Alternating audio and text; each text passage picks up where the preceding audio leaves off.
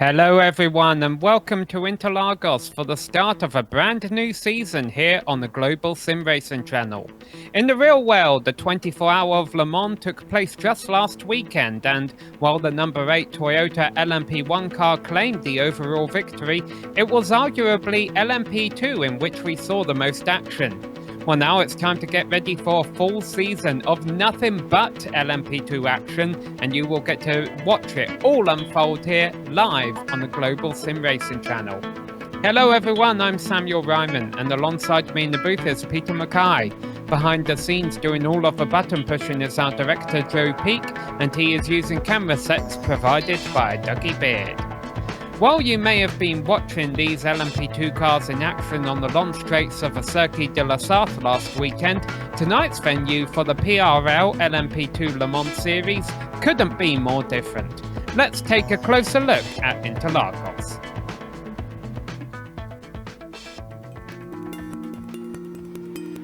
Welcome to Autódromo's José Carlos Pache. Most fans and drivers simply know this place as Interlagos. Starting life as an absolute behemoth of a circuit, this Brazilian track was eventually truncated to the version you see today. Having hosted Formula One for roughly 3 decades, it's become very well known on the international stage. But it has also held rounds in the World Endurance Championship, as well as frequently seen Brazilian stock cars, motorcycles, and even truck racing. There's little difference between its two layouts, which includes the GP course and the Moto course, which simply adds a chicane to the end of the lap. In both cases, it's a tale of two circuits. The run past the start-finish line and into the Senna S, followed by the blast towards the Descida do Lago, are very high-speed sections that come back-to-back. Drivers will need to focus on top end in order to attack or defend. Expect most passes to happen in those two corners. But from Ferradura until Junção, the track suddenly twists itself into a mess of hairpins and frustratingly technical turns. This can make car setup a real compromise, and for the latter part of the lap, an absolute pain when dealing with traffic. Pit exit is also a narrow affair, so it requires drivers to take care when trying to maximize their outlaps. On the upside, with this being a modern F1 track, there's paved runoff in abundance at many of the fast corners. The passion of the Brazilian fans always comes out in force at races, and it's no wonder with this picturesque track sandwiched right amongst the neighborhoods of Sao Paulo.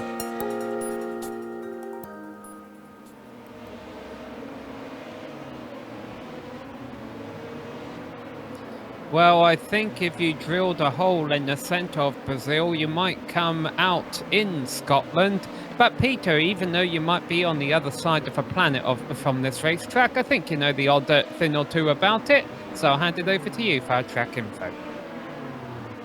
Well, thank you very much, Sam. It's an absolute pleasure to be here for a brand new series of the Precision Racing League with these brand new LMP2 cars, which I'm sure we'll talk a lot about during the broadcast.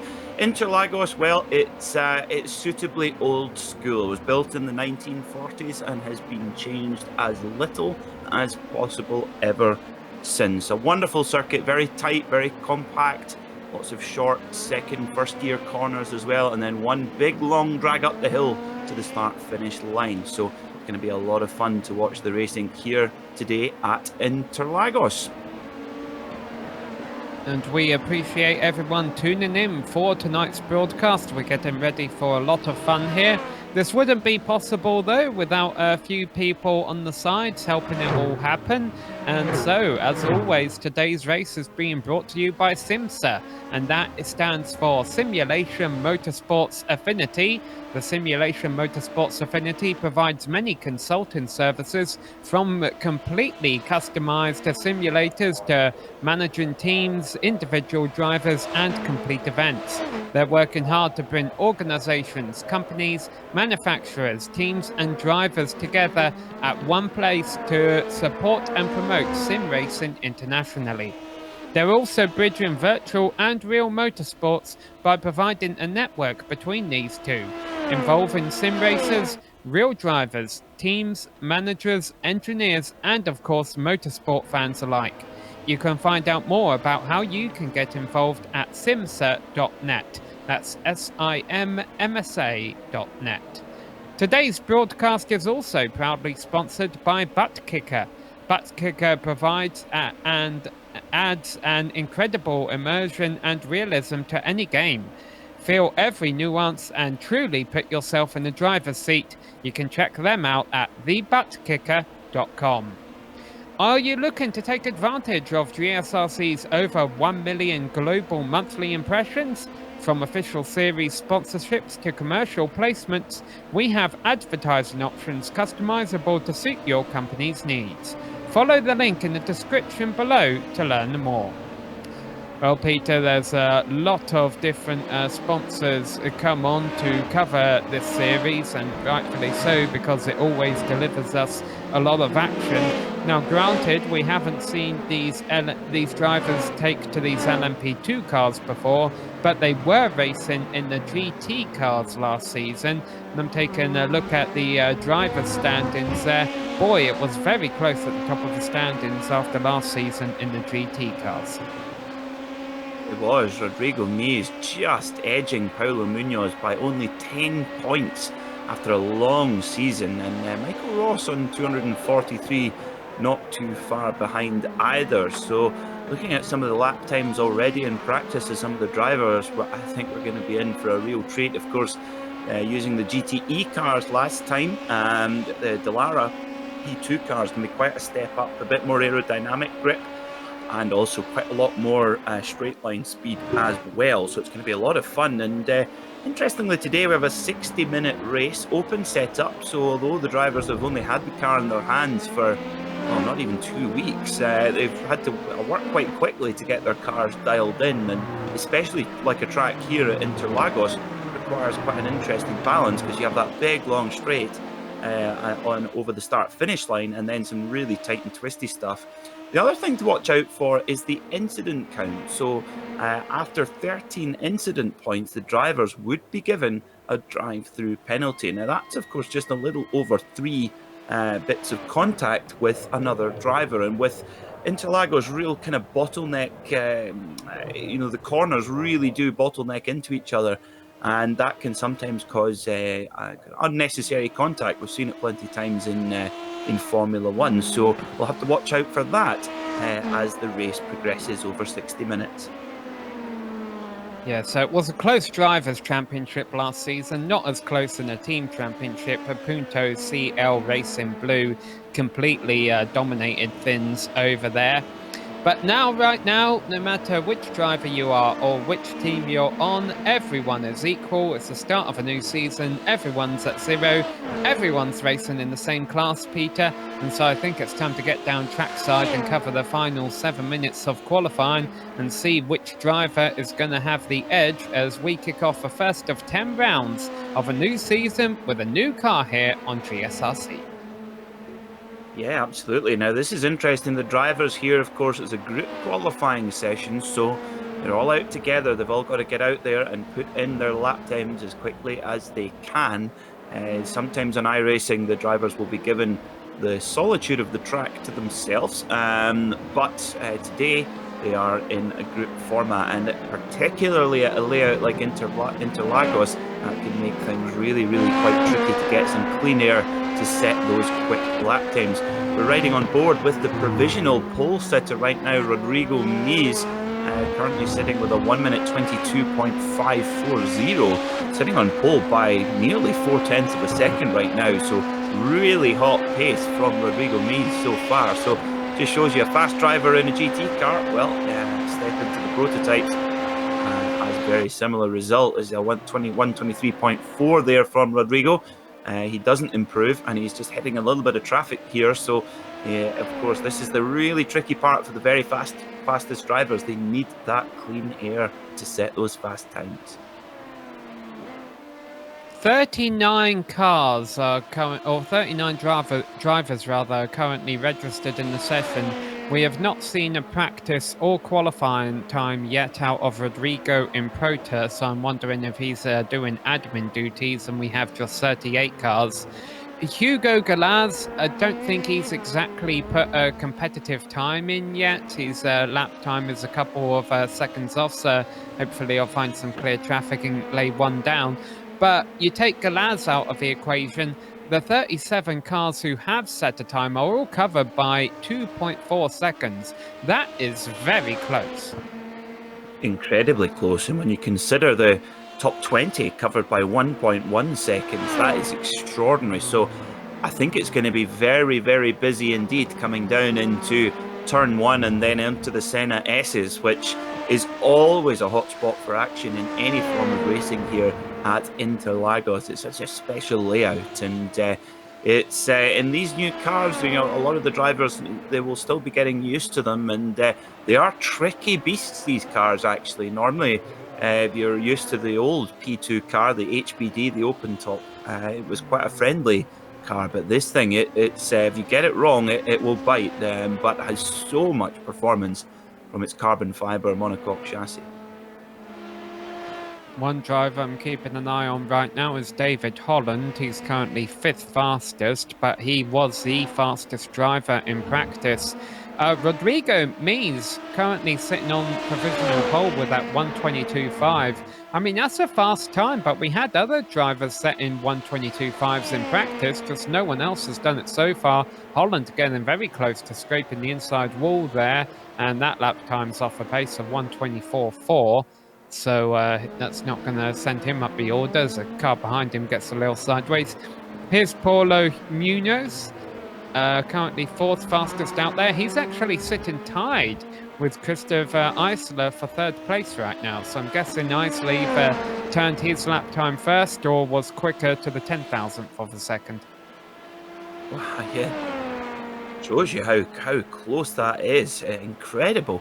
Paulo Munoz comes over the line again, and he improves. So that decides that one. He takes the 3rd spot on the grid, the Pure Sims driver. Of course, these all of these cars, the Dallara P2s, are powered by a Gibson V8, which is a spec engine used in the LMP2 class around the world, and has a huge amount of horsepower, but naturally aspirated as well, which nowadays is actually quite unusual to not have any form of forced induction. We just saw Lucas Bacigalupo go 7th fastest, the same lap time as David Holland for 6th and 7th on the grid of 1:22.999. And I noticed that Lucas was really trying very hard to get the best toe he possibly could down that front straight. That's obviously going to make a big difference to your lap time during qualifying. We now ride on board Nicolas Bournand, who is currently in 10th position of 1:23.0. He's currently beat. Yep, let's get him over the line then. You'll see how much the drivers are having to really fight the steering wheel. It's the car is very, very twitchy on the limit, and you know, once the aerodynamics are broken, it can really snap out of control. Not a flying lap there for Nicolas Bernard, but he's got clean air, so let's see what he can do this time around in that number 30 Dallara. Karl Modoff is coming toward the line in his number 948 machine. Currently 6th fastest, improves to 2nd fastest. Nice lap time by Karl. Yeah, Karl Modoff, very, very quick in a single-seater. In a Formula 3 car, I've seen him perform very, very well at the wheel of those in the past. And yeah, this P2 car is not all that different from a single-seater. Of course, very high aerodynamics, quite a lot of power and lightweight as well. But of course, one of the biggest thing about these things, Sam, is the visibility. That they, of course, incredibly safe. Safety cell for the driver, but the trade-off is the visibility is really, really tricky. Quite claustrophobic inside one of these prototype machines. Into the final minute of qualifying, David Holland has jumped it up to 2nd quickest at a 1:22.7. Rodrigo Mies is still the fastest driver, and I'll tell you, Holland will not be improving. He's bringing his car to a halt. 39 drivers all fighting for position, some of them calling their runs over. Ted Lowendick jumping up to 31st, the Ohio driver. I want to make a note here, Peter, that there is no fast repair. So we do have a lot of cars, 39 cars, who are going to be barreling into the Senna S at the start of a race. Things are going to get quite tight there, and hopefully for their sake they can all get through that cleanly. Yes, that's a very good point, Sam. That keeping the car clean in the opening laps will be really critical because if you do get that damage, it can be a long trip to pit lane. And with a field as deep as this and as talented as this, you can't afford to be off the pace for any length of time at all. It will be really punishing. But looks like Rodrigo Mies, he's at the moment looking pretty good in pole position. So just shows you champion in a GT car, and well, he started off his prototype campaign in perfect fashion. So still waiting. Well, the checkered flag is out on the session, but still waiting for the clock to tick down to 0, and everyone, well, basically the session will end for everyone and nobody will be able to improve. Stephen Ferrari, 27th, stays there, watching more drivers cross the line here. Yep. And that might be it, as a matter of fact. That might be the last checkered flag. We'll see. I do want to make a note as well, Peter. The track temperature is very high, so I wouldn't be surprised if we see a little bit of sliding around at the start. Well, all 38 drivers have turned a lap in qualifying, so we can go ahead and read the full starting grid for you. Nothing should change when the session advances. As we mentioned, it is Rodrigo Mies taken pole position by 1.5 tenths over David Holland. Cole Modoff will be starting 3rd place ahead of Mauricio Cuero in 4th. Paulo Munoz will start 5th position ahead of Ignacio Rodriguez Fredes in 6th. Christian Eisler starts 7th place ahead of Nicolas Rubilar. And then Lucas Bacigalupo will start 9th place.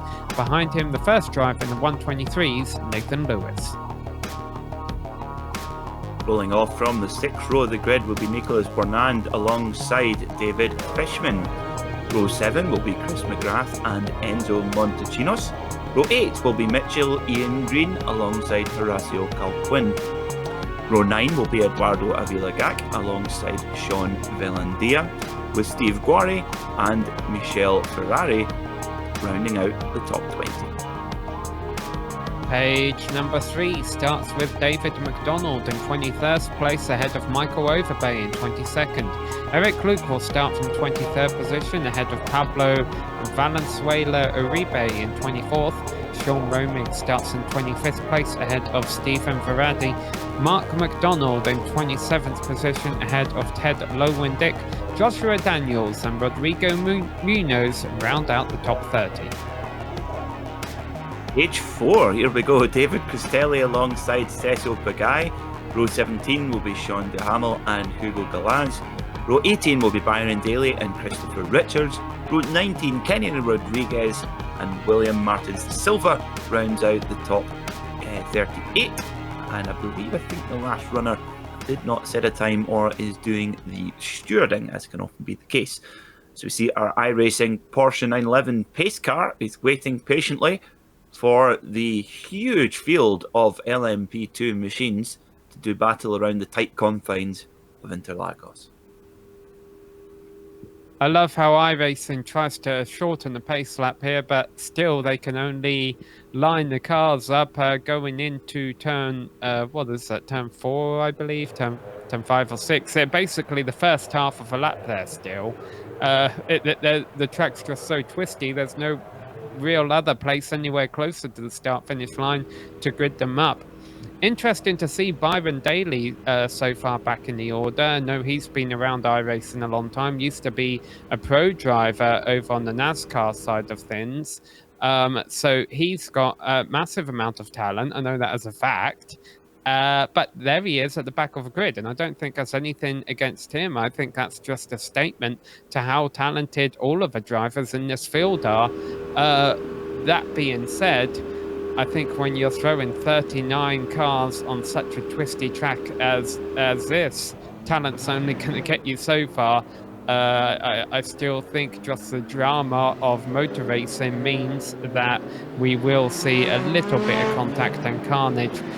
But one thing that this league tries its best to enforce is kind of an orange zone rule, which in the GT cars last season, and I'm assuming has been carried over to this season, means that on the first lap of a race, you will be penalized if you cause an accident for something silly, going for a pass that you wouldn't do until the final lap of a race.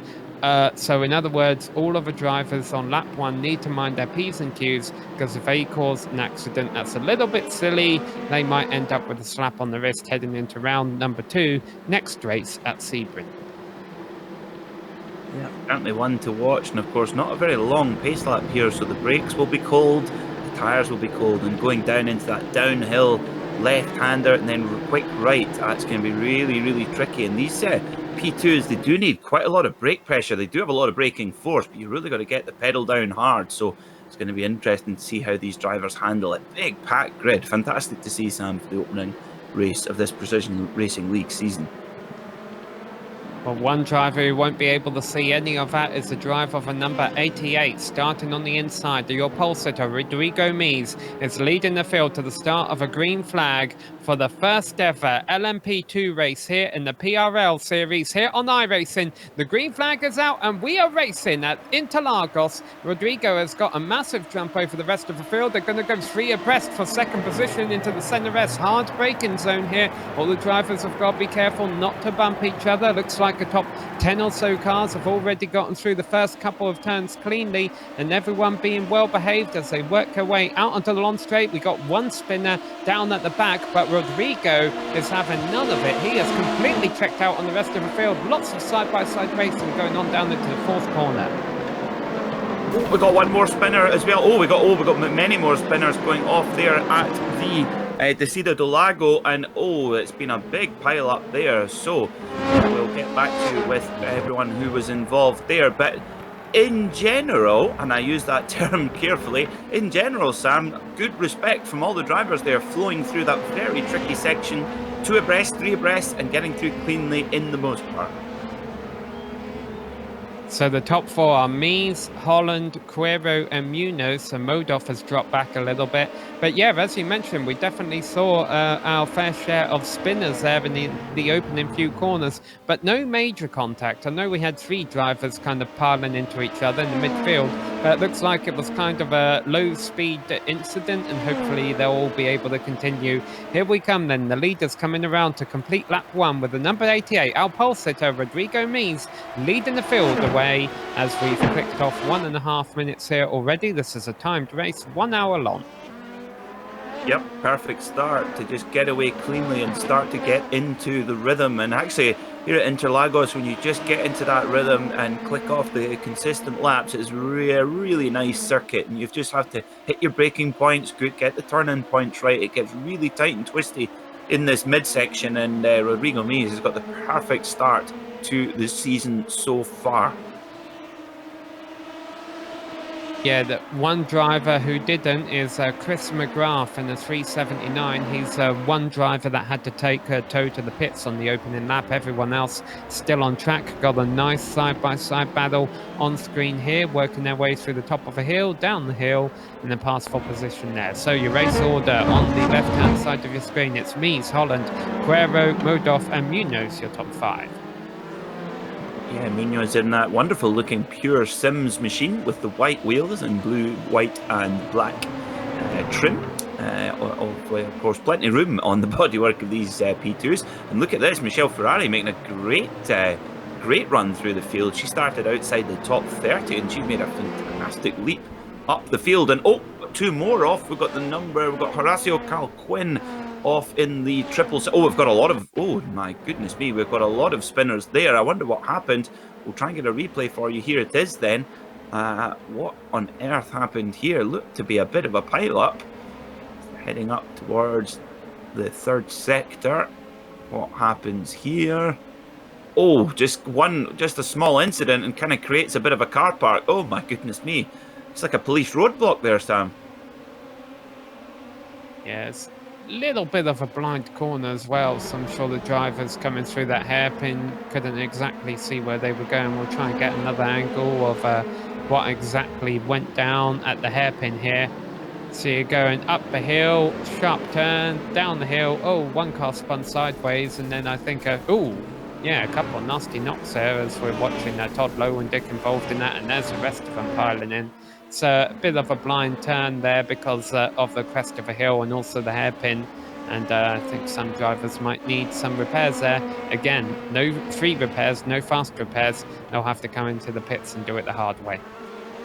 Yeah, and did you know what the crazy thing there was that was just the ever so slightest contact, and showing that, of course, we're all still getting used to these new cars. It's only been on the service for a couple of weeks, this Lara P2 car, and there, I mean, it was just the tiniest of contacts to the rear, and round they went, and then that just set off a bit of a chain reaction. And remember, the drivers only have 13 iRacing incident points before they have to serve a drive-through penalty. And of course, that is an automatic system that is administered by the iRacing simulator. It's very, very clever. Basically, if you step over track limits, or if you go off track, you will be given 1 incident point, so not too bad. If you spin or lose control of your car, that is 2 incident points, or if you hit the wall as well. Or if you make contact with another driver, that's the biggest no-no, that is 4 incident points. So with only 13 for a 60-minute race, some of these drivers who've been involved in these early pieces of contact, they're going to be looking down at the bottom right of their screen, keeping an eye on that number. Third place on back is getting a little bit interesting. Quiro has a lot of pressure from behind. He passed Cole Modoff on the opening lap of a race. Well, actually, Cole Modoff dropped all the way back to 5th on the opening lap of a race. He's since gotten back by Munoz, and he was pressuring Quiro a little bit there. Behind the top 5, a couple of big movers through the field, or not big movers, but drivers going in the right direction.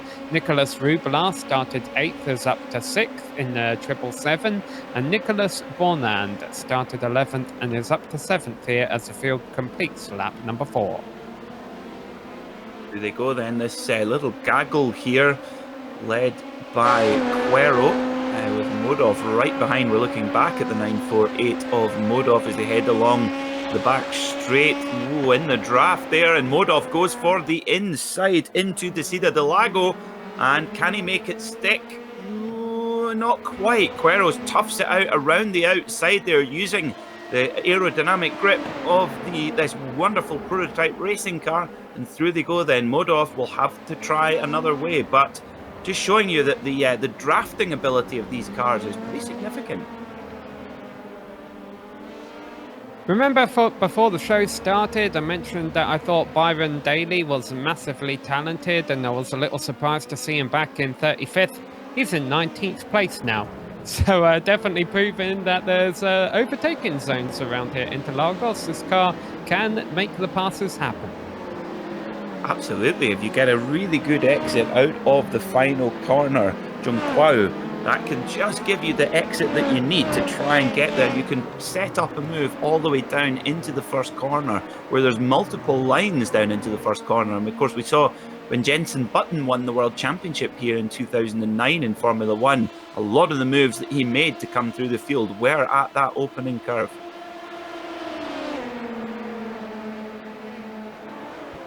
Battle for P15 on screen here. This is just a bit ahead of Daly, so Luke making the move there and overshooting the corner, and Romig goes back on by. A couple of drivers watching on from behind.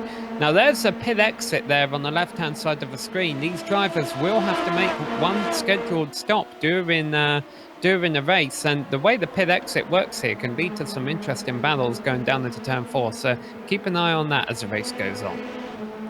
Absolutely, yeah, especially if you get two drivers who've been on different strategy and then all of a sudden a car pops out of pit lane. It can be quite distracting sometimes. Absolutely, it's a really interesting layout here at Interlagos, and as we said, incredibly old school. It's been changed as little as possible, but it's been, well, it's provided an amphitheatre for some of the most memorable moments in motorsport. Of course, who can forget, you know, Ayrton Senna winning here and battling with Alain Prost, and I think it was one race where Ayrton Senna won and he got stuck in 4th gear for the last 10 laps or something like that. I mean, incredible. And of course, Brazil, a motorsport mad country, and this is really one of the most, the most coveted arenas for motorsport.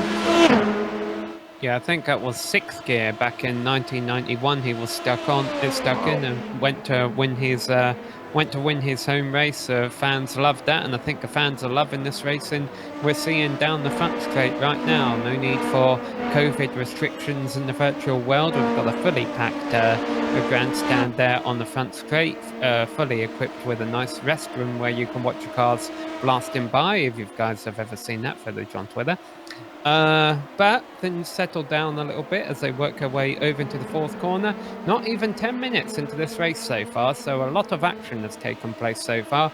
But I hope these drivers are taking care of their tyres, Peter, because I have a feeling you don't want to take tyres during your scheduled stop because it's going to cost you a lot of time. But at the same time, with the track temperature as high as it is, I think you can't be 100% the whole time, or else you won't have a lot of tyre left at the end of the hour. Yeah, that is a very good point, and of course that's a bit of an unknown. You know, the drivers I'm sure will be well practiced. Oh, Christopher Isler's had a spin. Going down the front straight, somehow everyone's able to miss him, but Isler was running in the top 10, and this is costing him a lot of time and positions. Really is. He's actually having to reverse and move around here. This has been a bit of a disaster for Isler. Qualified very high up the order. So here's the replay then, coming up towards Zhongguo, and this is where you're using all the room on the entry there, and just gets a little bit eager on the throttle, onto the grass, spins, nearly takes his teammate out. Oh my goodness me, that was close. Wow, I'm not sure who that was that he nearly took out there, but it was close. Lucas Bacigalupo, maybe, the 84? Well, they're all still running. I think it was just a single car spin.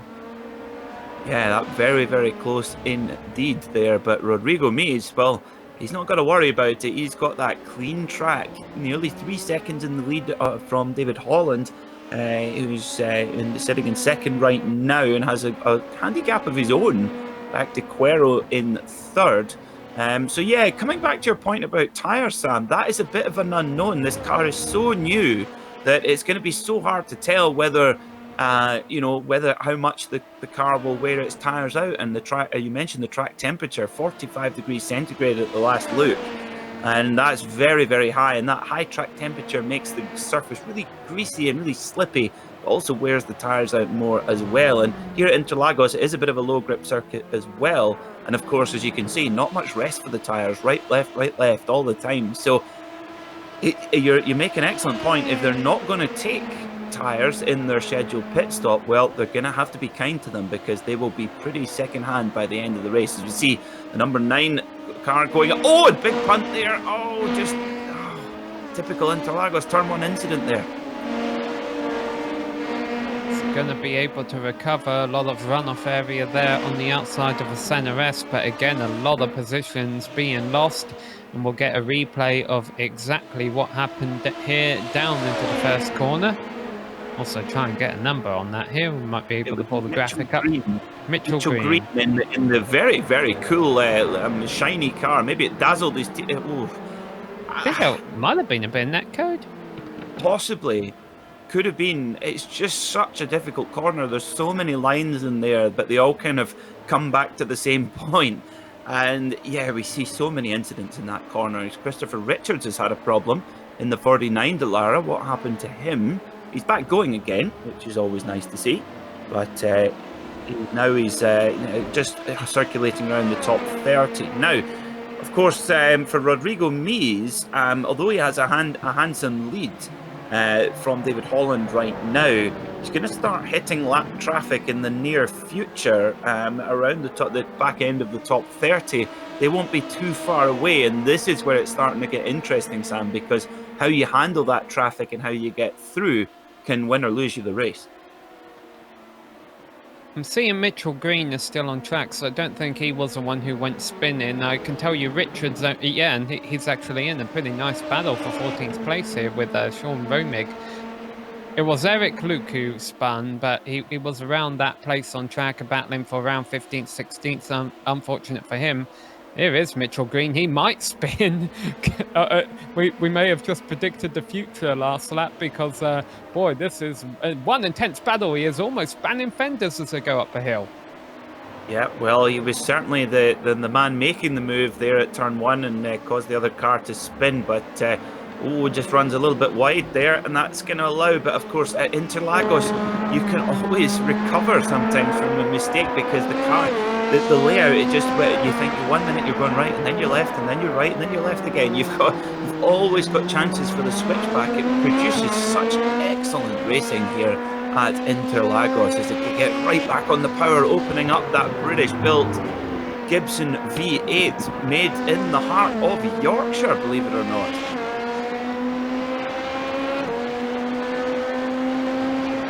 Alright, so here we come then. Mitchell Green lead in this battle for 14th, 15th, 16th and 17th. We're riding on board Byron Daly in 17th. He's already worked his way up from 35th. Well, this could be another 3 positions. So these 3 wipe each other out, and they may very well do that. I think they were all brushing fenders as they went into turn 1 there, but they all got through. Mitchell Green holds on. Byron Daly picks up a position there.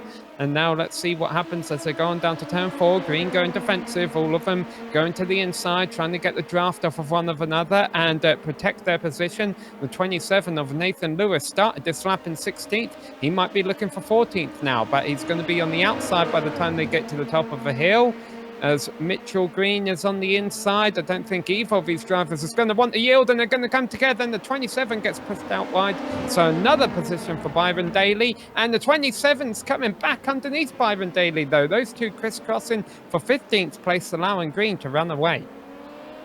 Fantastic stuff. Who said that prototype racing cars can't go wheel to wheel? Absolutely brilliant stuff here in the Precision Racing League. And Precision Racing League very apt there because there was a lot of prototype carbon fiber racing cars there taking up quite a small part of real estate. So as we see the battle here between Nicholas Bernard and Lucas Bacigalupo coming down into turn 1, sweeping around. And one thing that's really surprising me about these cars on their debut here in the Precision Racing League is just how much of an effect the draft is. We saw, we're riding on board with Daly there, and he got the double draft, and he got such a big run. Yeah, I'm taking a look at the wind conditions. It's not a strong wind. Normally that would indicate it's a headwind somewhere. But let's not forget that this is an open setup series, so some of these drivers may have set up their cars to have a little bit more top-end speed than their competitors.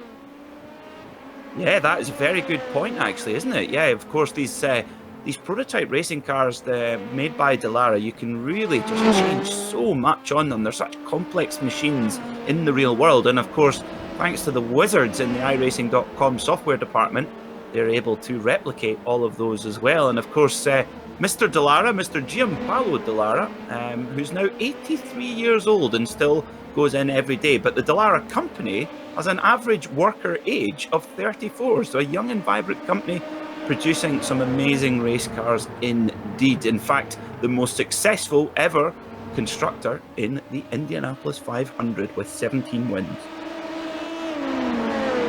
You definitely hear the brand name Dallara around a lot. So we're keeping an eye on this battle for 14th to 17th, and rightfully so. Oh, and there we go. That's Green, I believe, going into the pits. So there we go. Green says you can get 42 minutes on fuel, and he's going to come in and short pit now. The problem is, whenever you short pit, I don't think you ever truly know where you're going to come back out on circuit. And he missed his pit stall. That's a huge shame there, because Green was having a great race, and well, that's just messed it all up for him. The only thing possibly, I wonder if he maybe got a drive-through penalty, but the way that he sort of moved to the left and then to the right, that would indicate that he maybe did miss his pit stall. We'll keep an eye out on that one. I don't know if you've seen anything to the contrary, Sam, with your information. Well, I certainly don't understand why he would have been penalised. I don't think he's done anything out there. I haven't seen any admins giving black flags out in the driver chat. We did have one incident that we saw on camera, at least, where he made contact coming into turn 1, causing the other car to spin, which would have given him 4 incident points, but he is allowed to go up to 13 before getting a drive-through penalty. So unless there's something that happened off screen, we'll keep an eye on it. But if that was a missed pit stall, that's a mistake that you just cannot afford at this level. And he's the only driver I think we've really seen come into the pits so far. Everyone else still circulating the track with, well, about 1/3 of a race down now. So I think pit road will start to get quite busy, particularly as the leader has started to catch lap traffic, actually. Rodrigo Mies holding a 4-second lead, just went by a lapped car. And of course, whenever lap traffic comes into play, that could cause some drivers to come in for an early stop if they think they're catching the pack. Third on back has been quite close in the early laps in this race as well. Maybe not necessarily as close as what we've been seeing for 14th place, but Cuero, Modov, Munoz, and also Rubelar keeping in touch with that pack there. 3rd, 4th, 5th, and 6th. Yeah, Modov, we've seen very, very quick in the single-seater cars, as well as is Holland. And yeah, doing a great job right now as they head up over the start-finish line down to turn 1. And I have to say, these cars, they just look absolutely fantastic on camera. Some brilliant camera work there. We had an excellent sort of front right-hand sitting on top of the tail light camera there, looking into the cockpit, which, of course, there's so much protection for the driver. And, of course, although this Dallara is relatively out of favour in the World P2 regulations, in favour of the Orica and Ligier chassis, there was a Sol Dallara at Le Mans at the weekend, of course, run by, of course, the Italian team, Citilar. Oh, we got contact down the turn 1. David Cristelli just got into the back of another car, but he saved it. A nice save there by, I think it might have been Rodrigo Munoz, but Cristelli, the reason he's trying to make aggressive moves, he had a mistake or something last lap. He started lap number 14 in 18th place and finished it in 21st place, so this was him trying to come back from some kind of mishap, and I don't know. I'm sure there's two different views to that story, but just minor contact and they're both able to keep going. Yeah, that was one of those sort of, I don't know about you, Sam, but I would put that down to a racing incident. It looked like the car we were riding on board with was pulling it down in time, and just a little bit of unfortunate contact there. It does happen, and especially at that turn 1, we said it once, we'll say it again. You know, there's so many different ways to come into that corner. That's why overtaking there is so popular, but they do all come back to the same central point. As we see Mitchell Green there, he's now back in 24th after that.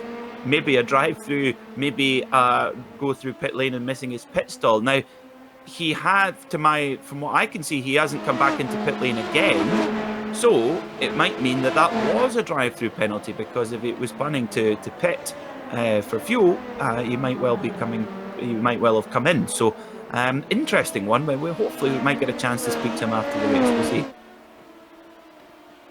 Yeah, it was just a little bit interesting that, you know, they didn't put it as an actual in-service penalty. They must have just told him, hey, come in for a drive-through. Oh, and I think, was there contact there? They were side by side entering turn 4, and I don't know if there was contact, but certainly Green is able to make a pass.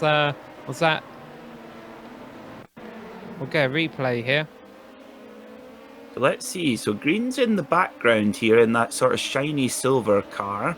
Let's see what happens here as they're running down the straight towards Descida del Lago. Another hot spot for action. Gets in the draft, puts his number 9 Dallara up the inside, late on the brakes, and yeah, just a little bit of contact, but that's all that it needed. And Green, well, that's the second incident we've seen on camera. So that would be 8 incident points that we've seen so far, Sam. So certainly from even just the ones we've seen on camera, Green is piling up those incident points.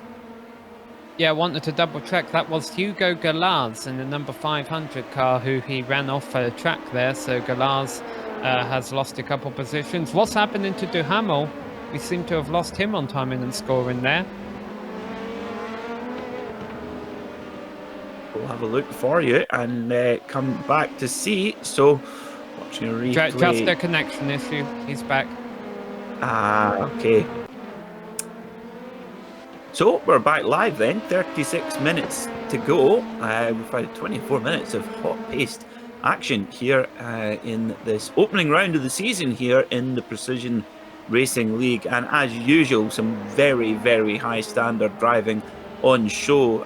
Rodrigo Mies 4 seconds ahead of David Holland, the single-seater ace at the moment, really stretching the pack. And all the lap traffic that Mies came across, Sam, doesn't seem to have phased him at all. Yeah, so we have only a handful of drivers off of a lead lap right now. Rodrigo in Pro 2, I don't think started the race. Chris McGrath, who was involved in a lap 1 incident. Eric Luke, we saw him getting spun off earlier. Sean Velandia, Stephen Verady, Michael Overbay and Ted Blowendick are the only drivers a lap down. Still 32 cars out there running on the lead lap. So it's been a relatively clean first half to the race. That doesn't necessarily mean the intensity won't pick up in the second half, and I think we're seeing a little bit of that right now. Contact down into the first corner. That's certainly intensity, that's for sure. Bashing fairings there. That's well, sorry, that's me and my motorcycle bashing bodywork. Sorry, that's a force of habit. As they come down, riding on board here, we're going down towards the Cida del Lago. Oh, 3 wide. This is going to be very tight. A sure contact. Yep, there's some contact. Oh, dearie me.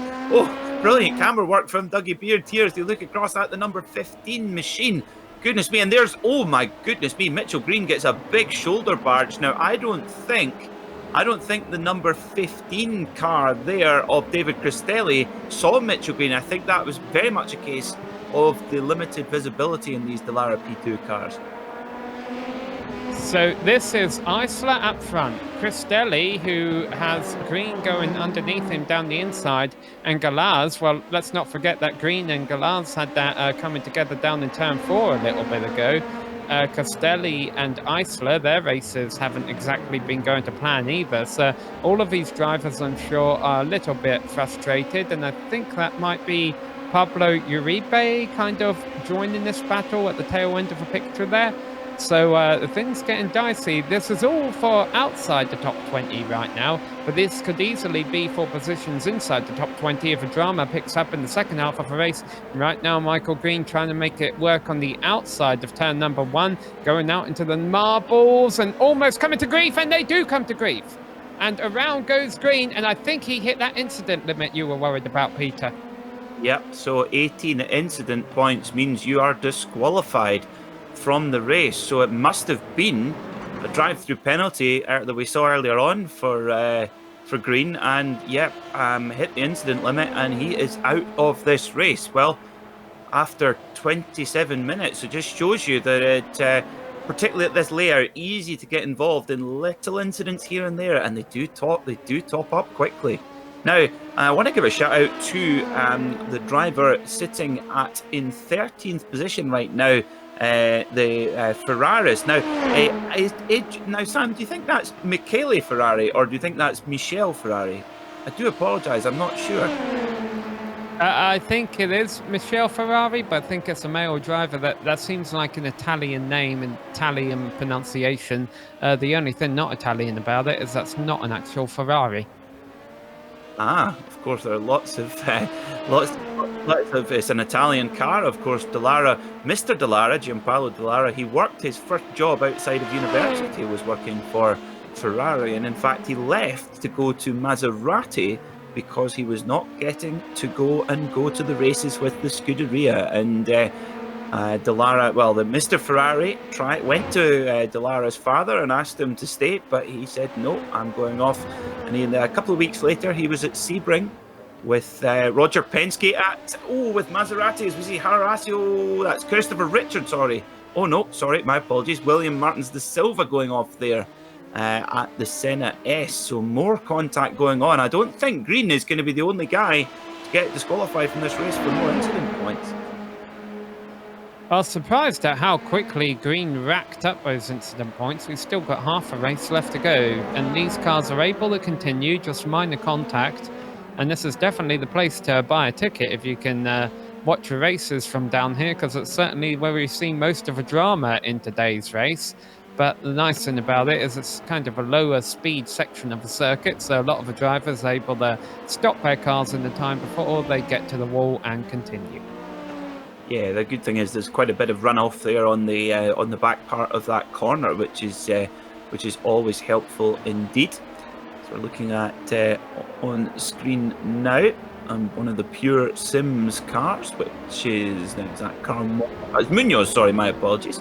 Munoz in 5th. He's chasing down Carl Modov in that slightly darker Dallara machine. Of course, these all carbon fiber construction, these P2 cars, and Dallara, one of their crowning achievements actually is not with a race car. They actually designed and produced the hand cycle which Alex Zanardi took to his gold medal in the 2012 London Paralympics.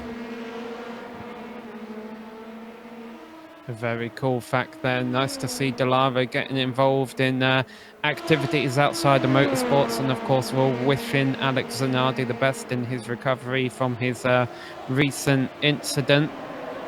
The things have settled down a little bit as we approach the halfway point, but as we mentioned a bit earlier, we anticipate pit stops. Well, not just anticipate, these cars cannot physically make it to the end without pitting for fuel. So there will definitely be some strategy coming into play in the second half of this event. Rodrigo Mies leads the field at the completion of the first half of the event by 5 seconds over David Holland. Third place on back is a little bit closer, with Mauricio Quero not too far ahead of Carl Modov and Paulo Munoz and Nicolas Rubelar. Then you do have to drop back a few seconds until you get to our 7th place driver, Nicolas Bonand, who has pressure from behind in the form of Lucas Bacigalupo. Ignacio Rodriguez Fredes, haven't mentioned him a whole lot, but he started 6th and is running 9th. And rounding out the top 10 right now is David Fishman. Yeah, but the Rodrigo Mies just doing what he does, leading by just over 5 seconds from David Holland. Now, David Holland's teammate, Carl Modov, actually previously in the Precision Racing League in one of the GT classes, he actually won every single race of one of those seasons, which is quite extraordinary. So got lots of pace, but these Dallara P2s, the prototype chassis, they do take a little bit of a different tact, quite a lot more aerodynamic grip as well. As we see a few drivers taking their pit stops now, so we should start to see that sort of cycle beginning now. The number of drivers, we're about halfway through, so you see drivers taking the opportunity to take those pit stops. Yeah, but you see the problem they run into here. One of the drivers coming out of a pit says Rodrigo Munoz, and he's really having to back off to let the leaders by. Well, Munoz has been in that intense battle for 20th over the last few laps, so if he's getting held up, having to let lead lap traffic by here, that's going to hurt him in that battle. Oh, that's such a hard thing to decide when to. You can see why Formula One teams have such bands of strategists on the pit wall trying to figure out what to do, because it's so difficult, particularly at a circuit like this with a big field filling up most of the circuit.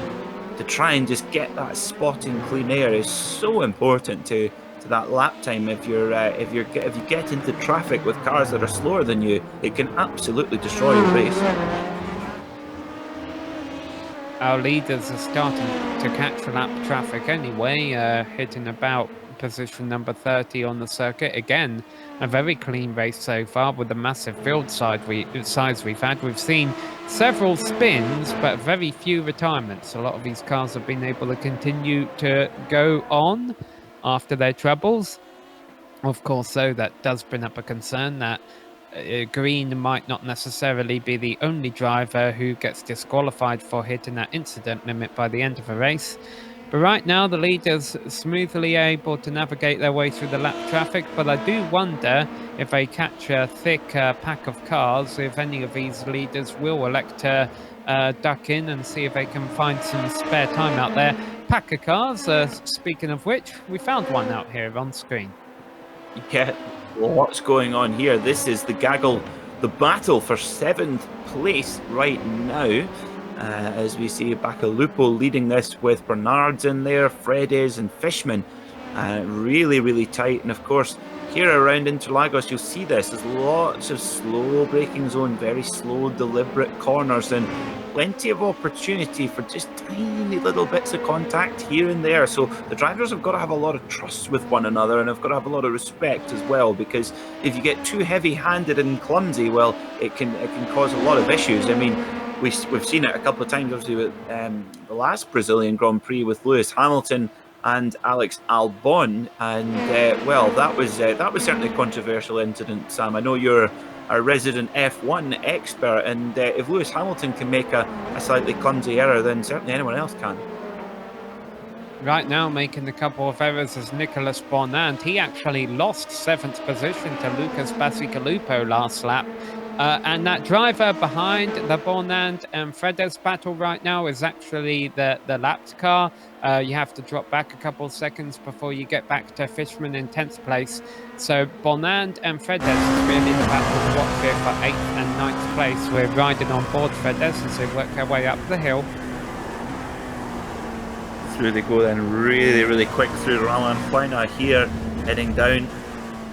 Very tight right-hander, then you have to flick the car round to the left, look up, get the eyes up, and back on the power, opening up that naturally aspirated Gibson V8 and rush up. But of course, before you know it, you're back on the brakes again. These cars just straining at the leash like a really excitable Labrador here, and only once we come out of this final corner, Jungfrau, they finally get let off the leash and open up all that power and get up to top speed. And of course, as you see the car in front getting a bit of a wiggle, putting all that power down, they've got a lot of horsepower, these cars, so you've just got to be careful with applying that throttle.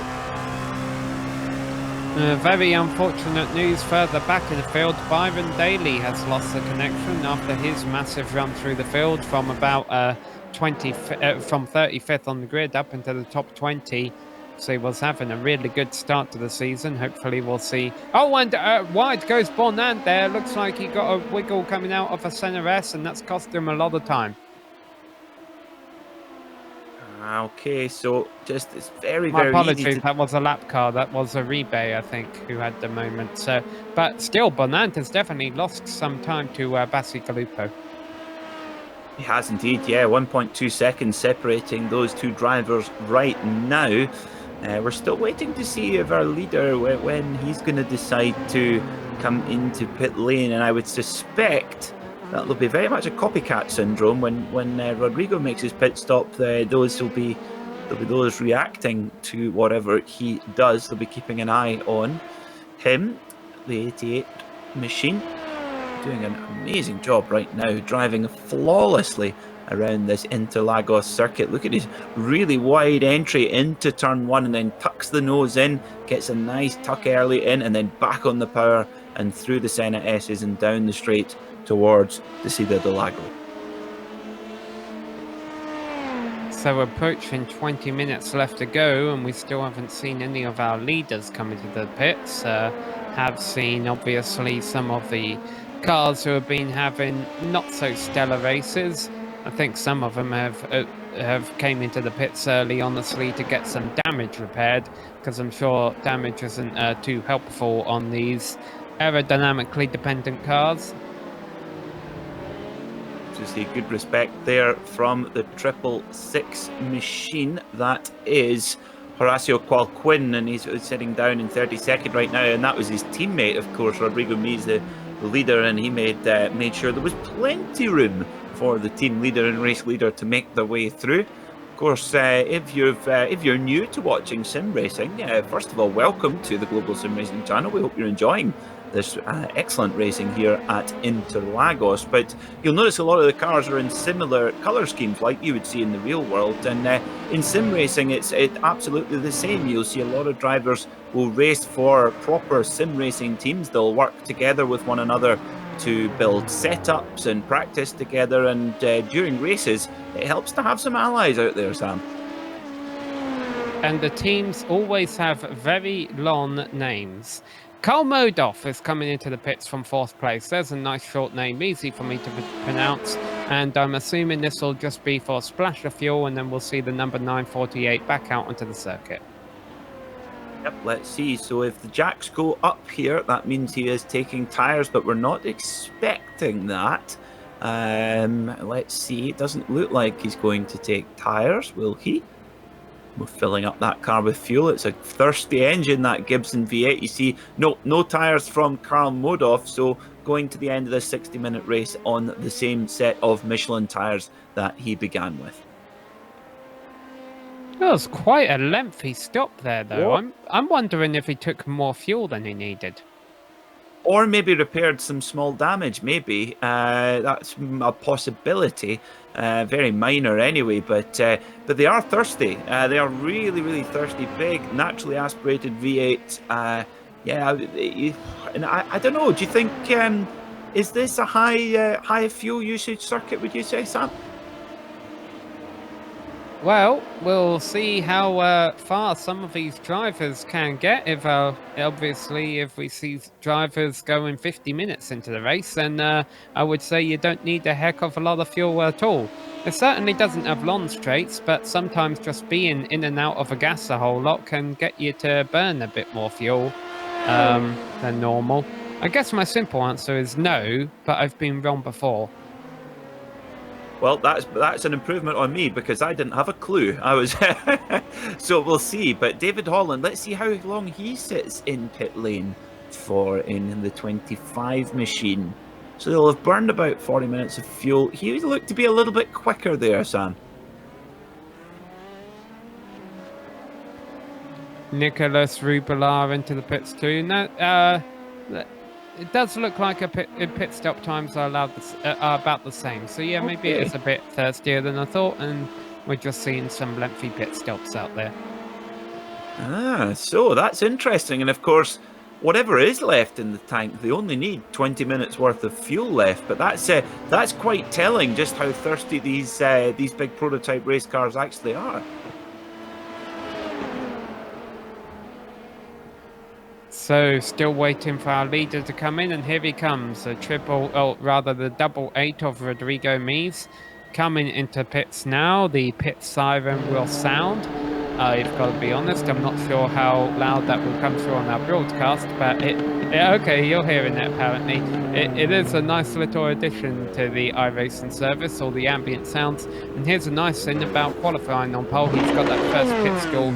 He probably already has his pit limiter turned off. He can just hit the loud pedal to come out of the pits once he's done with the stop. And here's David Holland, the driver he'll be racing quite far down the straight. Okay, so David Holland. This is going to be tight, I think, actually. David Holland coming, and it's not. My apologies. Be quiet, Peter. It just the little bit deceptive there as we see Rodrigo Mies coming back out of pit lane in beautiful, clean air, executed perfectly there. That is a dream pit stop there for the net leader of the race, Rodrigo Mies. Yeah, so watching, a contact there. And both cars go spinning off. That was behind David Holland. He had gotten past these two cars before this incident occurred. Well, we'll see a replay of that for you, folks. So here we go then. Coming down towards the Ciudad del Lago. Sorry, go on, Sam. Sean DeHamel is in the blue car, and Kesso Bagay in this green car that we're watching. He's coming from a long way back. There's a little bit of a nudge, and then just one little tiny bit of contact that kind of set off a bit of a chain reaction there, didn't it? It just a little bit of a domino effect. The Lara dominoes. Yeah, it seems these cars do get upset by contact here. Of course, I wonder here at Interlagos if it's a bit more than normal because of the high altitude. You'd have less downforce, less air pushing down on the cars. Lucas Bacigalupo into the pits, as is the 321 of Paulo Munoz.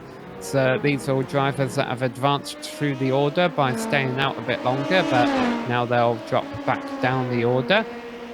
And Mies has retaken the lead. There is Mies. And now Munoz has came out of a pits in third. Yeah, so Munoz, he's made some good advancements there, it seems, and he's right behind David Holland. Yes, he is. So that's the battle for second place. Rodrigo Mies a little bit further up the road, but this is going to be a great battle for the last 16 minutes. And you can see just that body language of Paulo Munoz's LMP2 just looking very, very feisty and racy, and clearly just showing his headlights in Holland's mirrors, just making him know that he's there and that he's up for a bit of a fight. But the 79 of Quero is right there in the shadow as well. So it's going to be a really exciting end to this race for the final spots on the podium. Yeah, it doesn't surprise me that that P3 and such switched around a little bit, because they were already close before the pit stops. But David Holland was looking pretty comfortable in second place, and now all of a sudden he has a lot of pressure from behind. So the driver of number 25 is going to have to run a couple of quick laps here if he wants to pull away from the pack behind him, all while they're dealing with lap traffic as they go off into the center S. So Mies leads 9 seconds ahead of this pack that we're watching. Second place Holland breaking away from Munoz a little bit as they go down the straight. Quero is in 4th and Modoff is in 5th, and Rubelar is a few seconds back now in 6th. Yeah, this is David Holland just seems to have got a bit of the hurry up there with Paulo Munoz coming out of pit lane, and I think he got a bit of a fright and thought, oh goodness me, I better get a shift on here, because he has got Paulo Munoz filling his mirrors. But Rodrigo Mies seemed to, I think when he came into pit lane, he had about a 5-second advantage, so he's just picked up a couple of very useful seconds in the pit cycle. How he's done that? Well, there's a few different ways you can do it. One is fuel saving during the first stint, but judging by his pace, I doubt that was the case. Yeah, I think it's less of Mies going faster, more of Holland having a slow pit sequence, whether that be on the outlap, the in-lap, or the pit stop itself. Because, of course, not only have we seen Holland give up time for the leader, but he's been caught by third on back, even though it looks like he's been able to pull away from Munoz a bit. But still, as you mentioned, probably a bit of a scare for Holland. He was probably feeling quite comfortable in second place, and now he can't afford to make a mistake. Oh, and there is one very sideways through the first corner, and that's going to give Munoz maybe an opportunity to pounce. Certainly puts him in the draft range. Of course, David Holland's Dallara will be punching a big hole in the air, which allows the resistance on Munoz's car to reduce and therefore increasing the road speed. So Munoz, yeah, look at this, right on the back bumper, and for Holland that is quite a little bit of a shaky one. But that being said, when you do get a bit of a slide or a twitch in these cars, catching it is incredibly difficult. When the aerodynamic grip is upset, it's kind of a bit of a black art really. When the aerodynamic grip disappears, all of a sudden you have absolutely no grip at all. We see it these cars in the wet, in the real world, they often get really struggle in the wet because they can't go quick enough to get the aerodynamics to work, and therefore they don't have all that much mechanical grip, believe it or not, because they make it all with the aerodynamics. The attrition's starting to pick up as Uribe, Green and Daly have all just left the session. I know they'd all had a little bit of trouble, but certainly the second half of the race, the attrition starting to take its toll from cars and from cars that have damage and drivers who have made mistakes. They'll have bad luck in the first half of the race. But right now, second, third, fourth and fifth will be hoping they can make it to the finish, because things are going to start getting quite intense for these top 5 positions. I think it's safe to say that barring any disaster, Mies has got this win, but Holland, Munoz, Quero and Modoff, second through fifth, are all covered by about 2.5 seconds, and none of those positions are safe. Definitely not, as David Holland proved. It can just take one very minor mistake that can really put you back down the field. And Rodrigo Mies, 0.9 of a second quicker than David Holland that last time around with that mistake, and Munoz 0.6 of a second slower than Mies there. So but David Holland seems to be recovering well. Munoz holding third pace, but I think Quero, he's going to have something to say about this, because Quero, he was half a second quicker than Munoz last time around and 0.8 quicker than Holland. So Quero, as you mentioned, closing the gap a little bit, although I don't think he got as good of a run off of a final turn this time around. Also, we should note that the battle for 6th will be on in the closing laps. Nicholas Rubelar only about a second ahead of Lucas Bacigalupo. And here they are on screen. That's a lapped car letting them by on the inside there. Is that the 969 of Rodriguez, I believe? Whoever it was, they've let him by. Okay, so 500 of Galaz there. Hugo Galaz has definitely had an eventful race, probably doesn't want any more events. No, absolutely. Sometimes there's just some races where you just have to get the car to the finish and come back to fight another day. And that can happen to the best of them. Of course, we saw it with Porsche at Le Mans last weekend. Really, they're absolutely nowhere with a bit of a balance of performance deficit to fight, and that meant they had a very, very long 24-hour running at the back of the pack, somewhere where Porsche are not used to being. But this battle is starting to ignite again with now this is Bacigalupo and Rubelar battling over the 6 right now. So battles going on up and down the field. David Holland just starting to stretch Munoz again. So when Holland gets into the groove, he is quick, and Holland was 0.2 of a second quicker than Munoz last time around, and half a second quicker than Quero. So Quero has dropped back a little bit as well. Yeah, the positions. Well, hold that thought. Let's see what happens down here into the first corner. Pulling out of the slipstream, making a move down the inside. It's not going to change position there. But I want to make a note that 8th, 9th and 10th are looking fairly locked right now for Fredes, Bonand and Fishman. But there is a nice battle from 11th to 13th between Gayori, who I don't think we've mentioned at all, and I think Nathan Lewis just made a move on David McDonald for the 12th place. He did, so move Nathan Lewis up into P12.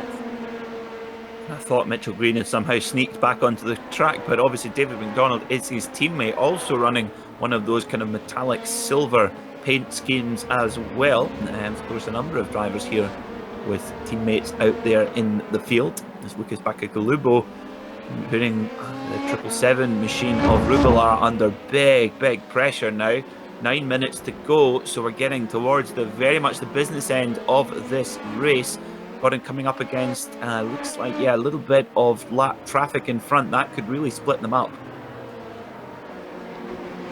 Yeah, lap traffic is pretty much a factor anywhere on the circuit right now as we continue to watch this battle for 3rd on back now. It looks like David Holland has just had a really good lap over Paulo Munoz and maybe been able to break that slipstream a little bit.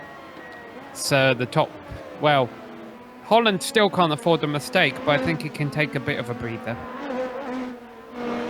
Well, he's just put in those quick laps when he needed to, but now 1.3 seconds David Holland has over Munoz, and Munoz actually 6.5 tenths slower than Holland last time around, and Quero going very quickly as well, 4 tenths quicker than Munoz the last time around. So Quero now starting to reel in Munoz with Holland escaping, as we see. Now that's interesting.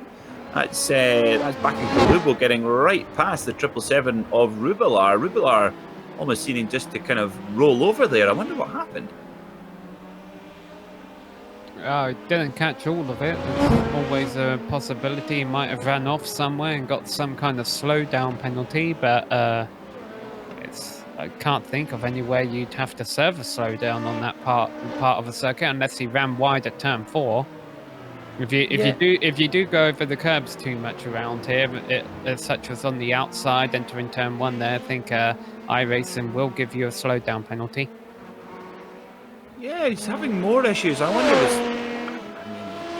fuel. Yeah, that's the only thing I could possibly think of, is that he's really struggling on fuel. And yep, there you go. So obviously going really long into the race and coming in for fuel. Second stop then for Rubelar. Obviously a bit of a miscalculation on fuel, Sam. Well, Andy missed his pit stall. Miscalculation on his braking zone there too. Well, I mean, some people could say, well, that's a problem you have with the new cars, but I mean, you know, they've had an entire 3 hours of practice to work out how far these cars could go on fuel. Might have just got the calculations a little bit wrong. You can always blame the crew chief. It's a bit like the golfer blames his caddy. You can blame the crew chief. Well, see, here's my problem is he's got teammates out there, including, of course, this 88 car of me's, who, if he's got his fuel wrong, he can afford to save it. He's got 10 seconds of clear air behind him. But also Mauricio Quero out there in 4th place. And Quero would not be able to afford to save fuel without losing the position to Modov. It's a good point. Yeah, you would think that he would have the fuel number, so that would be an interesting one. Hopefully we can find out some information after the race. But yeah, interesting talking about fuel saving with Rodrigo Mies. I suspect he'll just be onto a cruise now, into a nice rhythm. And there's 5 minutes to go. This is where the races are often won or lost. Just keeping that concentration, dealing with any last bits of lap traffic, but this has been a flawless performance from Rodrigo Mies. Brand new car to the service, just a fortnight ago, and he looks to have mastered it already. Yeah, several drivers with strong performances out there, and several drivers with races I'm sure they'd like to forget. I guess our shout out needs to go to Mark McDonald as the biggest mover so far, although I did jinx Byron Daly with us a bit earlier.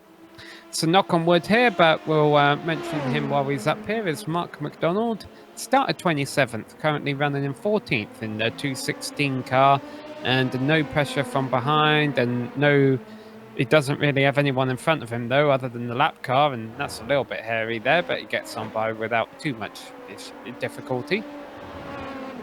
Yeah, that's really impressive stuff from Mark McDonald, and certainly one of the most fancy-looking cars as well. I really like that. It's kind of like I like the P217 branding on the side of it, which of course is the model make for this Dallara chassis, and it kind of has almost like a space shuttle kind of theme to it, Sam. Yeah, it's a good car to have a space shuttle theme on it. As you mentioned, almost as fast as a Grand Prix car around this circuit. Not quite, but I mean, they are LMP2 cars, not LMP1 cars, but still, as far as what I like to call tin top cars go, it gets the job done and looks awesome as well. Watching Rodrigo Mies work his way through the last complex of turns, trying to work out what the timing will be when he crosses the line. It will be less than 4 minutes, so I think we're getting the 3 to go here. Yeah, it's not a mark on Rodrigo Mies' Dallara chassis. It's been absolutely picture perfect as well. But whoa, here's a battle between Christian Eisler and Michaelis Ferraris. Well, it's Eisler gets the better, and of course Eisler, one of the qualified quite high up the grid, but an early mistake put him out of contention, Sam. Yeah, I'm also keeping half an eye on the battle from 2nd to 5th. They've all spread it apart about a second between each of them right now. But Cole Modov, this cost him a bit of time, but coming onto the back straight last lap, he was really sliding the rear end a little bit. That could be a consequence of the tyres going off, or to generate some excitement, it could be proof that he is really on the loud pedal and not content with finishing in 5th place. So I want to see if Cole Modov can work his way up into 4th place, run that Quero down by the end of his stint. Well, he's 0.4 of a second slower than Quero last time around. I think that was because of a slide, though. Yeah, I think that he's overdriving a little bit. You're absolutely right. Well spotted. Yeah, it's amazing how the body language of a car can really show what the driver is thinking and doing. And you're absolutely right. He's definitely on the chase. But sometimes for some drivers, it can really work. Other drivers, sometimes it can just cause to overdrive and make little mistakes, like you spotted. Yeah, they'll be coming to 2 laps left to go in just a couple of moments here. Mies crossing the line, 2 to go for the driver of the 88, being completely dominant up front. He started first, is running first, may finish first. Likewise for David Holland, that started second, looks like he'll finish second, but he's had a bit more of an interesting race. He's currently holding about a second, though, over Paulo Munoz, so I'm starting to feel a little bit more comfortable for Holland. Rodrigo Mies will also take, as it stands, will take the fastest lap of the race, 1 minute 23.326, which is suitably blistering. So the gentleman set pole position, fastest lap, and the race win. Does not get any better than that. Well, I never give a race win until he crosses the line. I'll say he's probably going to win it, but we'll see. We'll see. Yeah, I'm definitely not giving Quero fourth. No, I'll give you that one. That's true. That's still to be fought over. That's for sure. But Rodrigo Mies, he's you just feel like we could come back next week and he'll still be going round at this pace. So there is the driver V88 about to come to start the final lap of this race, the opening round of a PRL LMP2 championship here on GSRC. We've got 9 more races left this season. Next week we'll be going to Sebring, a much larger circuit where we see this car compete over in the IMSA championship in the United States. The 2nd through 5th pack is crossing the line now. All of them still have a pretty decent space between each other, but I'm sure Modolf is still going to give it his all to try and run down Quero for 4th on the final lap. Who knows, we might see a photo finish between those two still. And I think 10th will still be good between the teammates of Steve Garriori and Nathan Lewis. We'll try and get that for you at the line. Yeah, it looks like Paulo Munoz has done just about enough to get that last spot on the podium. He gave as much as he could to try and run down David Holland, but David Holland really managing that gap well, and just putting in the good laps when he needed to. After 1 hour of racing, we are on lap number 43, and for the 43rd time, Rodrigo Mies is going to throw his number 88 machine into the final corner, hit the loud pedal, and as long as the rear end sticks, he shouldn't have anything to worry about. Already flashing his headlights in jubilation as he passes the crest of a hill. The fans able to see him and cheer him on now. Here he can see the finish line, the checkered flag is waving for him, and Rodrigo Mies is going to win the season opener here at Interlagos. An exceptional performance from Rodrigo Mies, and here comes the rest of the podium. David Holland will take 2nd place. Good start to the season for him, and Paulo Munoz finishing in 3rd. 10th place, I think, could be good between the two teammates here of Steve Garriori and Nathan Lewis. Garriori started 19th, is up to 10th. Nathan Lewis started 10th, has dropped a place to 11th. He'd like to get back up in the top 10, but I don't think he's going to be able to do it. Garriori, I think, has him covered, although Lewis is going to give it his best shot. He's closing, but it's not enough, and Garriori is going to get position number 10 by just over 1/10 of a second. We've just got our last few runners to come along. This is Ferrari's trying to hold off Glaz. It would appear, is it? No, I think they're on a different lap. So Ferrari's a great performance as well. Started outside the top 30 and finishing in the top 15. Very impressive. I've gone down a starting 20th here, but 18 cars in total finishing on the lead lap, and a lot of cars still left running at the end there. We definitely saw some drama over in the center S's, but a lot of drivers able to bring it home. None as quick as Rizzo, and we'll have a chance to talk to him as well as the other top finishers in just a few moments here on GSRC. Stick around, we'll be right back.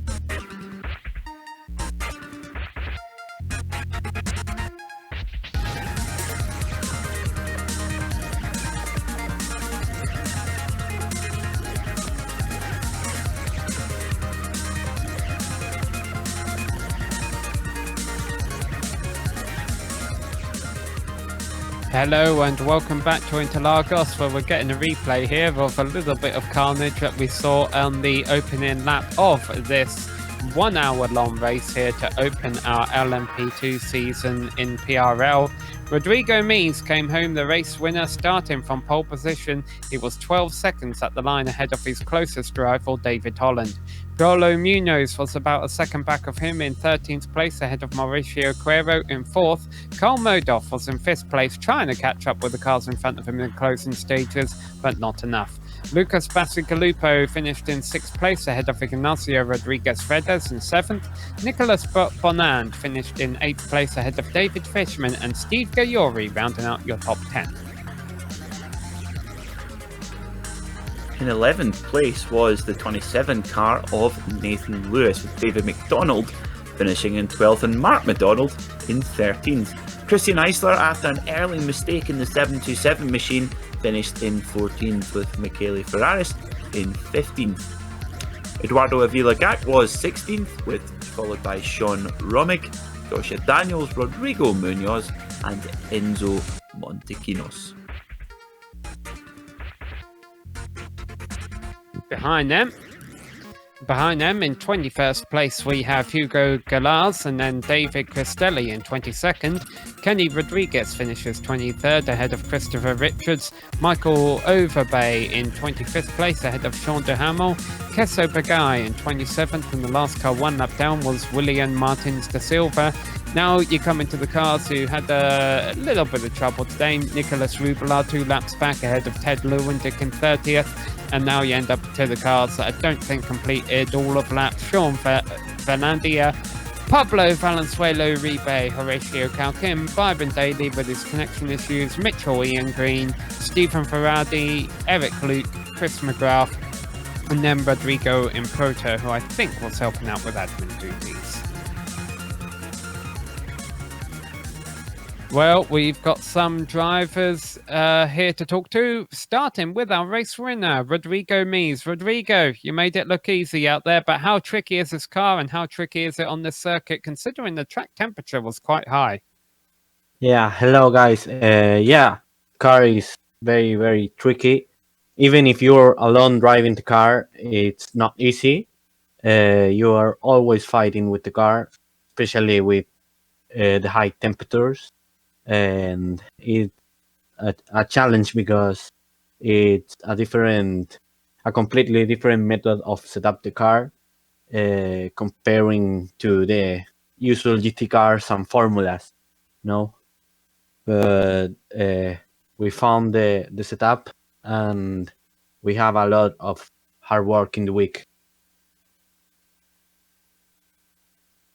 What was strategy like? I know, you all had to make a scheduled pit stop. I'm assuming the races are short enough you never have to worry about tyres. But it looked like there were a couple of drivers who were short on fuel. Did you have any difficulty, or did you know you were good on fuel because you had a good lead? I use SimHub in the cell phone, and my cell phone fell off, so I didn't have any reference on the fuel. I had to ask to the crew chief spotter, and that is not very accurate as SimHub, so I put a few liters more than usual. But the strategy was, I know I had the car to push all the race without lifting and coasting. So that was my strategy, to go at 100% and a little more all the race. And it worked. So very happy for that. Well, you got the first race win of the season. Are you going to be here for all 10 rounds? And what are your thoughts heading into Sebring? The first win always very good to the moral. And for Sebring, very hard track, especially in the setup part, with a lot of bumps, and we're working, especially in the dampers of the setup. So I want to say thanks to the team to my teammates, to Mauricio, Nicolas, to my friends, Gonzalo, Kevin, Stephanie, Javiera, and yeah, that's all. All right. Well, congrats on the win, Rodrigo, and thanks for coming to talk to us. Thank you, guys. See ya. That was our race winner, Rodrigo Mies, coming home in second place. Behind him, Peter, you've caught up with David Holland. David Holland, an excellent performance to get to second place today at Interlagos. Tell us about your day. Hey guys, hey Peter. Yeah, it was pretty interesting. I didn't have much experience on the long runs, so I wasn't quite sure what the tires were going to do. I knew I was going to have to baby it a little bit. I don't think I did enough though, because man, at the end, it was everything I could do to hang on to it. You really had to feather the throttle, easy on the brakes, easy with the inputs. So I wasn't quite expecting that. So we've got some work to do to get a little bit more consistent in this thing. But overall, it was fun. And of course, this Dallara is new to everybody. Just come onto the service a fortnight ago. What have been your initial impressions of it? Have you done much racing with it? And what's your thoughts? Yeah, I haven't done much racing with it. I don't get too much time now, but I did enough to definitely feel comfortable and have some pace for this week. And I'm more kind of an open wheel guy at heart. That's where I feel most comfortable. I've tried some GT cars before, just not really my thing. But I need to expand my horizons, and this is kind of, I would say it's a blend between the two a little bit, because it definitely has a lot of downforce. So it's kind of a nice stepping stone, I think, or a mixture, I guess you should say, between the two. So I like it. Absolutely. Of course, we've seen you have a lot of success in the F3 car. I tell you what, after this is a stepping stone. We'll have you in a Corvette before too long, David. I can hope. Now, I know that a few of you guys were out there, a few teammates out in the race today. While you're live here on GSRC as a podium finisher, is there anyone you'd like to give a shout out to on the broadcast? Yeah, first of all, congrats to Rodrigo. He ran an excellent race. He was in another zip code, so congrats to him. Also, my teammate Carl, I think we have the pace for second and third at least. But it's kind of tough racing here. It's really difficult to pass. But still overall good. So got to thank the team, Delta Sport, and our sponsors, Move Up Lynchburg, Driven Texas. And of course, I got to thank my wife for supporting me in all this, and my dad for spotting, and then PRL for putting it on, and GSRC for broadcasting. Thanks, guys. Always nice to hear about a family effort in racing. Brilliant stuff, David. Well done on your second place finish, and we'll hopefully have another chat in a week's time. Sounds good. Thanks. All right. Well, that was your second place finisher. Third step off a podium, Paulo Munoz. Paulo, you got the copy? Yeah. Hello, guys. How are you? We're doing all right. We want to know how you are. You've just been out there racing and brought it home on the podium. There were two cars in front of you, but still a solid way to start the season. How are you feeling? I'm very happy, to be honest. It's a tremendously competitive grid, as we saw in qualifying and in practice. I think there were like 20 cars within a second at some point in practice. So finishing third is definitely good. Yeah, I think practice ended with 23 cars within a second, as you mentioned. How are you liking this car? It's a new one to the service. Obviously, we used to do GT racing on Tuesday nights here with PRL, but now we got the LMP2 car. I'm guessing you like it because you brought it home in third. It's a fantastic car. I used to do a lot of LMP1 racing before, on iRacing, of course. So it's I'm very, very at home in the car.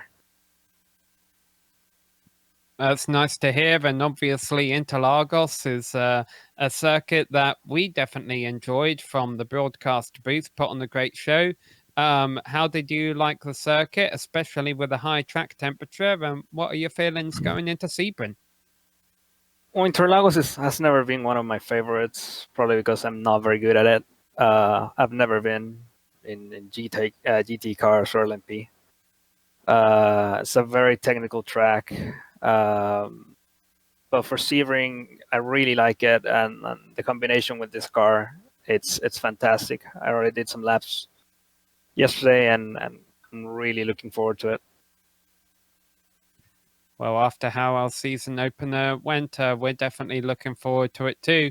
Well, congrats again. Thanks for coming to talk to us. Is there anyone you'd like to thank on helping you get this podium finished today?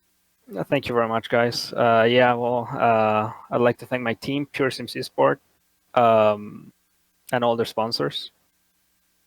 Of course, you guys for the broadcast. It's a fantastic broadcast, and getting the league out there is you guys do a great job on that. And also my family, they're probably watching. I know my dad's watching. So yeah, thank all of them.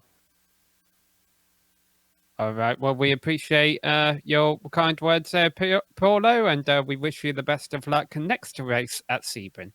Thank you very much, guys. See you at Sebring. All right, Peter. Well, we have gotten our first race in the books, and I must say it was quite entertaining. A little bit of thrills and spills in the mid-pack and towards the back of the field, but also some great action up front. It was a dominant victory by Rodrigo, but second on back was quite tight. It really was, yeah. It just shows you just the depth of the field. I mean, Rodrigo is an incredibly impressive driver. We've seen that with his championship victory in the last season in the GTE cars. But just the sheer depth of the field, the standard all the way down is impressive. And we can't stress enough how difficult it is and how new these cars are to all the drivers. And I think in general, the handling of those cars today was really, really impressive. And very excited for the rest of the season, and I'm an absolute Sebring is very, very special to me. It's an incredible place, so much history in sports car racing, and a brilliant choice for the series to go there next week. Well, we're definitely looking forward to round number 2. We hope all of you fans are at home as well. And we thank you for tuning in tonight. We've got some people we'd like to thank as well, including, of course, the Simulation, MotorSports, Affinity, and ButtKicker, who are the sponsors for this series, SimSet and ButtKicker. They help to make these broadcasts possible. You can learn more about SimSet at simsa.net, that's simsa.net, and ButtKicker at thebuttkicker.com. Thanks also to the organisers and the competitors in the PRL for coming out here tonight and putting on a great show to open the season. Additional thanks goes out to the companies that provide us with the software and hardware for our broadcasts, and there you can see those listed on your screen. We would also like to thank June Lalonde for providing us her wonderful music. See the screen for how to get hold of more of her great work. Thanks to the team today, Peter, Joe and Dougie.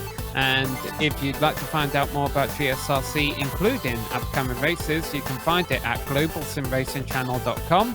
You can also check us out on social media. We're on Twitter at GSR Channel, Facebook at Global Sim Racing Channel, and Instagram at GSRC_Gram. If you'd like to support the channel, go check out our merchandise store at gsrc.storemv.com.